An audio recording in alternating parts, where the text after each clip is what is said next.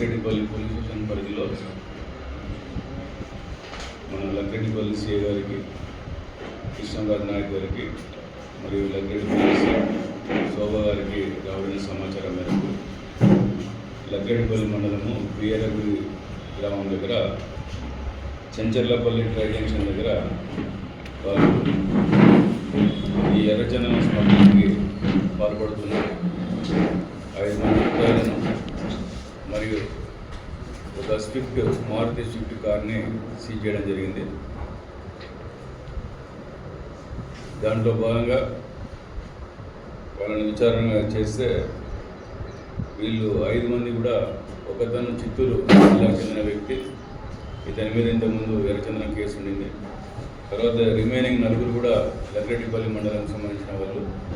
వీళ్ళు 5 మంది కూడా చెడు వ్యసనాలకు బానిసయ్యి ఈ ఎర్రచందనం స్మగ్లింగ్ చేస్తే మనం ఈజీగా డబ్బు సంపాదించవచ్చు అనే ఒక దాంతో ఈరోజు వీళ్ళు 6 ఎర్రచందనం దుంగలను ఆ స్విఫ్ట్ కార్లో తీసుకొని మన కర్ణాటక స్టేట్కి తరలిస్తుండగా వీళ్ళని లక్కెడిపల్లి సిఐ గారు కృష్ణరాజు నాయక్ గారు, తర్వాత మన లక్కెడిపల్లి ఎస్ఐ శోభ గారు వాళ్ళ సిబ్బందితో వీళ్ళని చాకచక్యంగా అరెస్ట్ చేయడం జరిగింది.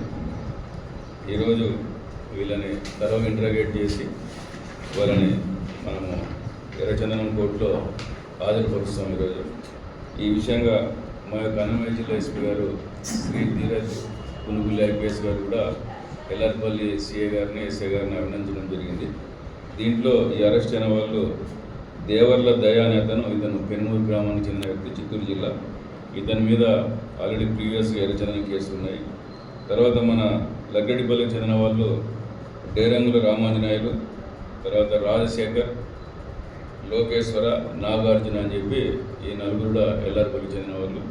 వీళ్ళు ఈ యొక్క మారుతి స్విఫ్ట్ వెహికల్ రామాంజనేయ అనే వ్యక్తిది. ఇతని కారులోనే ఈ 6 ఎర్రచందనం దుంగలు స్మగ్లింగ్ చేయడం జరుగుతుంది. తర్వాత ఈ ఎర్రచందనం దుంగలు మళ్ళీ స్విఫ్ట్ కారు మొత్తం కలిపి వర్త్ ₹9 lakhs. దీంట్లో ఎవరైతే మన యొక్క సిబ్బంది ఉన్నారో ఎస్ఐ గారు, సిఐ గారు, వాళ్ళకు కూడా మనం గౌరవ ఎస్పీ గారికి ఈ రివార్డు విషయంగా ప్రపోజ్ చేస్తున్నాం. Thank you. ఈ యొక్క కేసెస్లో అయితే లేదు, కాకపోతే వీళ్ళు వేరే అదర్ కేసెస్లో ఇన్వాల్వ్ అయి ఉన్నారు. 4 కూడా ఈ గ్యాంబ్లింగ్ ఇటువంటి అదర్ కేసెస్లో ఇన్వాల్వ్ అయినారు.